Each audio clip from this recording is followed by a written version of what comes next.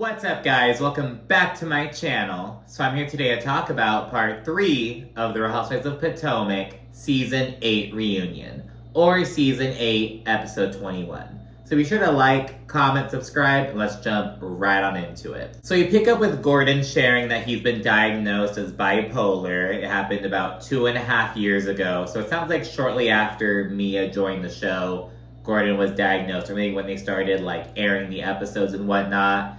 He specifically has bipolar 1, which he explains means that his manic episodes, like the mania, is increased. And Gordon says that he never really listened to Mia's concerns or anything until after they separated. So now he's in counseling, trying to work through his stuff, but he wasn't really heeding Mia's advice at first. And Gordon blames his awful group text and the shit about him taking Mia's phone from her, all that shit, on his mania. And I should add that, it doesn't feel like he's saying, oh, those things, they weren't a big deal. It's like he's acknowledging that they were, bad things, but, it felt more an explanation than an excuse, if I can kind of draw that distinction, but, that's how I saw it at least. Gordon then says that Mia left because she couldn't take it anymore, and he says that if he had gotten help, he honestly thinks that they would still be together. He also says that, he acknowledges that Mia had an affair during their marriage, but not for the entire duration of it. And Gordon and Mia, they both discuss how Mia is, gonna take care of Gordon forever, essentially. He's in his 70s, so Mia's basically saying, I may divorce him and get with someone else and do it, but I am still gonna... It almost felt like Gordon is gonna be her adult fucking child she has to look after. It felt it kind of felt like she's oh, I'll take care of him forever. Gordon said, oh, well, I'm a grown man, I get to take care of myself, but you know how it goes, when men become widowers, they'll often remarry super quickly because especially if they got married when they were super young, never really had to do anything for themselves, but from being taken care of from their mother to being taken care of by their wife. And it's you know what I mean? So it's I don't know, it's Gordon is probably gonna take Mia up on her offer, and he says that he knows that he did things that pushed Mia away, but he's glad that they still have love for each other. And we also had Gordon drop the lawsuit against his brother, so it seems like there's some progress being made, it sounds like. Then we get to a NECA segment, focusing on, her introduction. Oh, my daddy's a rich bitch, and he raised his daughter to be a rich bitch too, all that shit. Her baby journey, so the, not IVF, the IUI, it's basically a step before IVF. They did that, it didn't take, so now they're on the IVF route, so they're doing that. And of course, there's a large focus on her beef with Wendy, which of course Ashley encouraged. And Annie opens up the shrine conversation, and he observes that, according to production, they were okay, we can introduce NECA by way of Wendy. But Wendy wasn't super thrilled about that idea. So we got that out in the open. And Wendy's yeah. So I feel like that was the first admission that we got that, Wendy was not thrilled about NECA being on the show. Now, Wendy claims that it basically boils down to, oh, production said that they asked me if I knew you, and I said no, but you were saying, oh, you did know me. But the thing is, it's okay, NECA explained I had seen you at a couple intimate events, we'd run into each other, and people are be oh, that doesn't mean you know her. It's well, bitch, you don't know, they're different, how do I want to put it?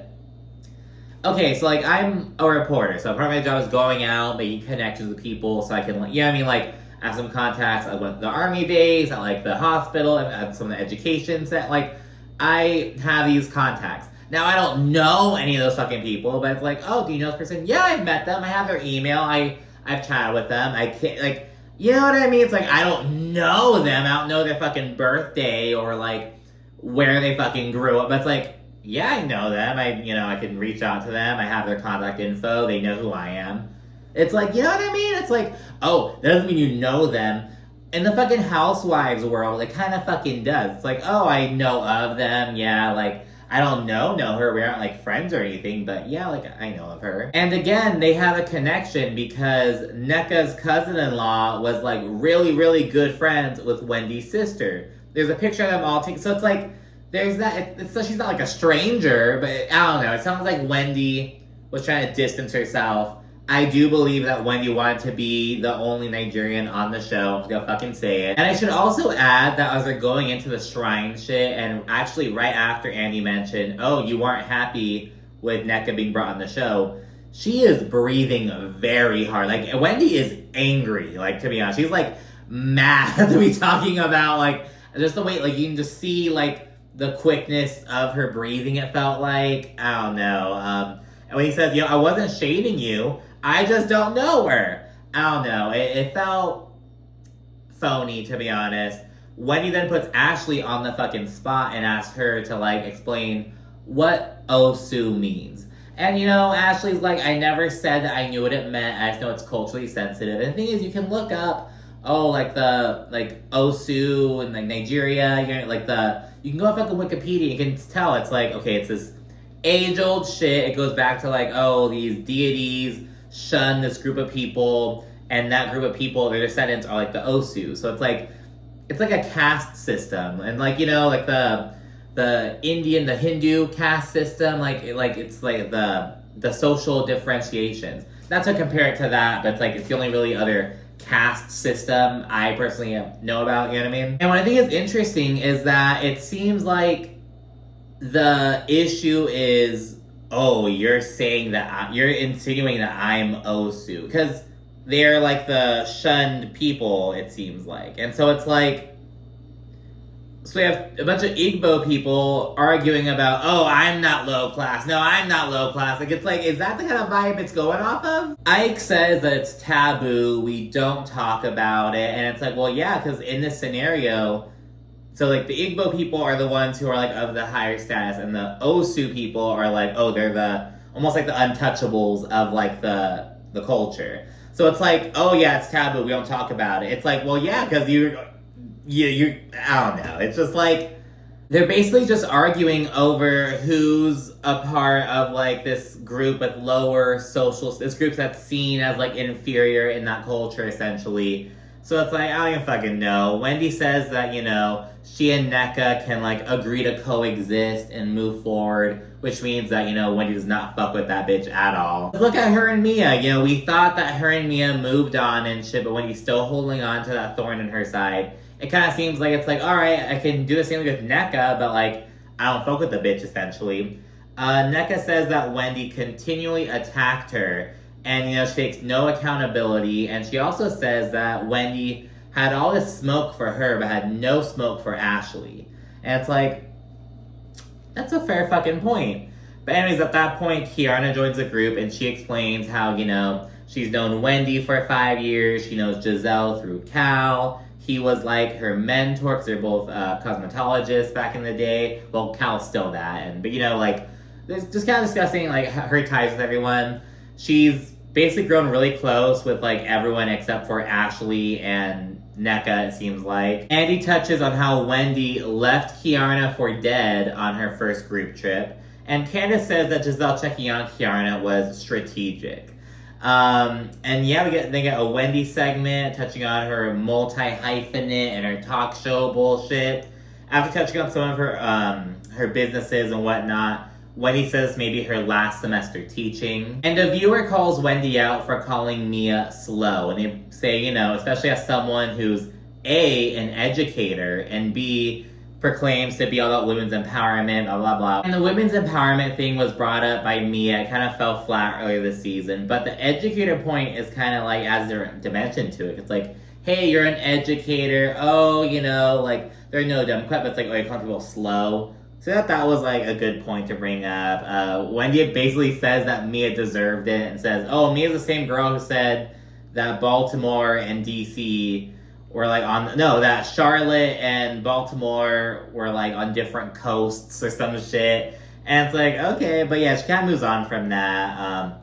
Another viewer says that Wendy acts all high and mighty while going low, And this ultimately makes Wendy finally apologize for calling NECA a crackhead. And she basically says that, oh, I was mad at NECA calling my mom a witch, so I called her a crackhead. But NECA can say why she called your mom a witch. She can cite behaviors and allegations about that. What are you basing the crackhead comment off of? I don't know, it's just kind of like, whatever, girl. Then again, Ashley's segment, of course. We get into her situation with Michael Darby, her athleisure line, and the fight. And we start out by saying that, how Ashley and Michael are doing.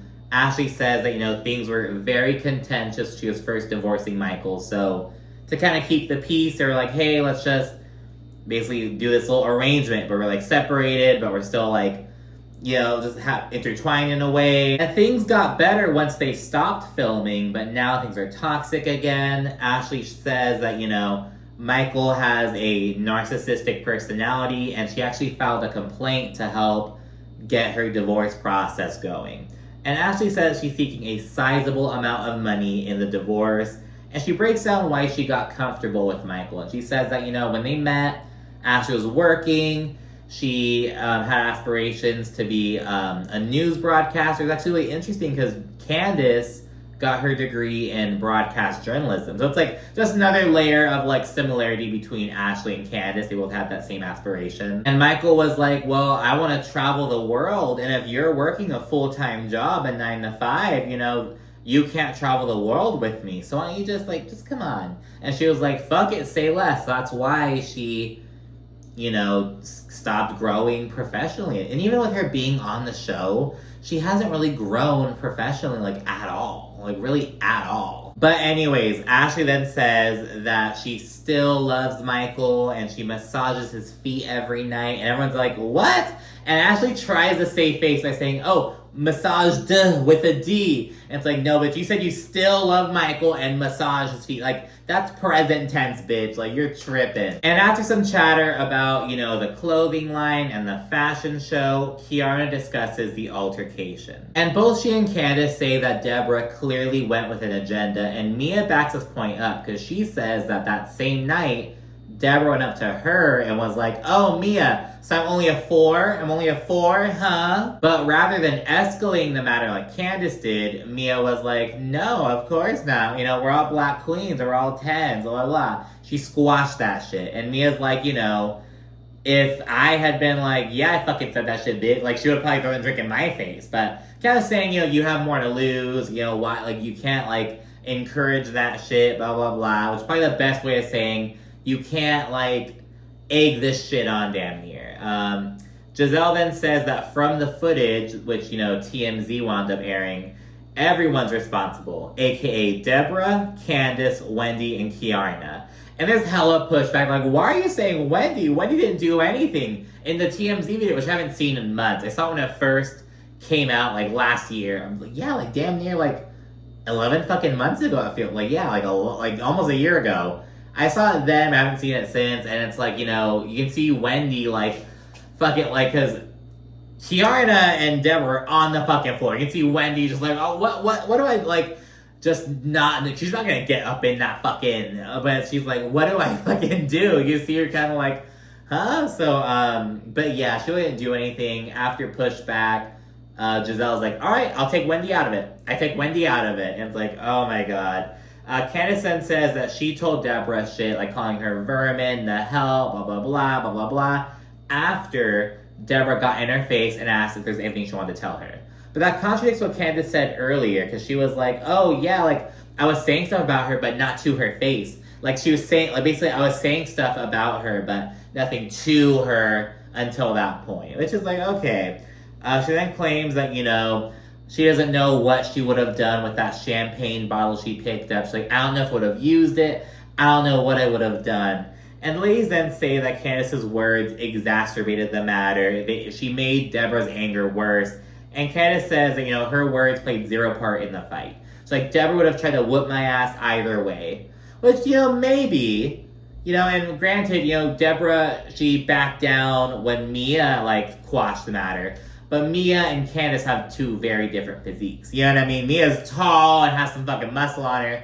Candace, is really short, very petite, so I don't know. And Candace is like, you can't, like, tell me to watch what comes out of my mouth. You can't try to control how I respond to someone. And Mia's like, okay, well, you can't control what she does in response. Like, you can play this fucking game all day. You can't control this. You can't control that. It's like, you can play this game all fucking day, bitch. And after saying that she had no clue that Deborah was going to get violent, Ashley apologizes to Kiarna. And Kiarna, lets Ashley have it just a little bit, very, like, classily. She's like, she calls Ashley the queen of aftermath apologies, which Ashley's like, what do you mean aftermath apologies? Am I supposed to apologize during the situation? It's like, well, no, bitch. This is months after the fact, though. You know what I mean? Like, that's what she means by aftermath apologies. And Kiarna says that Ashley isn't proactive about, like, not being messy, essentially. But she does say that she does not think that Ashley, like, had the intention of, like, ooh, I'm gonna get Deborah to fucking, like, fuck Kiarna up or, like, start this physical shit. Kiarna does give Ashley that, but Kiarna says, you're still being fucking messy. And I'll give it that, that's true. It's like, Ashley, you may not have known that Deborah's gonna start fucking swinging and shit, but you knew that something was gonna fucking happen. You may not know the magnitude, but you knew something was coming, and you acted dumb.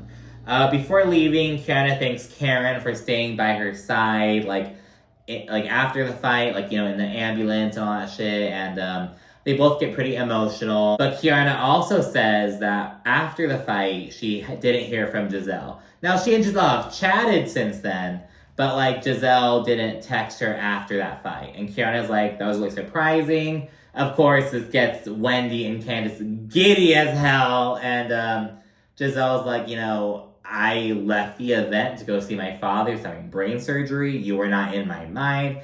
And, I think that Giselle's probably also pissed a little bit. She did say that it was Kiarna's fault, or it was partially Kiarna's fault. So it's like, I don't know. But it's like, yeah, I guess Giselle isn't as good a friend as you thought she was, Kiarna. But anyways, while they're closing, Robin and Candace both say that, they have no animosity towards each other. They're basically neutral. The ball's in Robin's court. Andy observes that, Wenda and Nneka and Candace and Giselle are just not gonna move on from their respective feuds.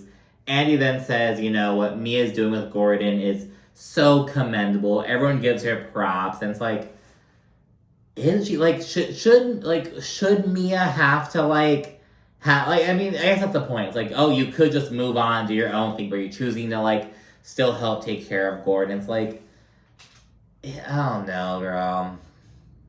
Is it commendable? Is it, like, I don't want to say sad. Because it's like, that shouldn't be Mia's responsibility, you know what I mean? Especially from what she's been saying about, like, how Gordon had his financial issues, like she wasn't, because, if you go off of, like, oh, there was the arrangement, like, oh, she got Gordon for the money, so she's gonna have to take care of him for the rest of his life.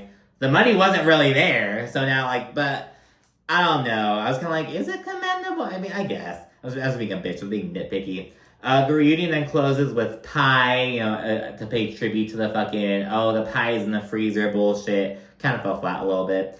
And Giselle and Karen crown Andy as the Duke of Potomac. And that is it for season 8, which you just hear a collective sigh of relief. But anyways, let me know what you thought down in the comment section. And of course, be sure to like and subscribe. And stay tuned for more. We have a little bit of a lull, but I'll still be coming with the Housewives news. New Jersey comes on May 5th, and Dubai premieres sometime in June, I believe. So yeah, we'll see what's poppin'. Thanks again for watching. Bye.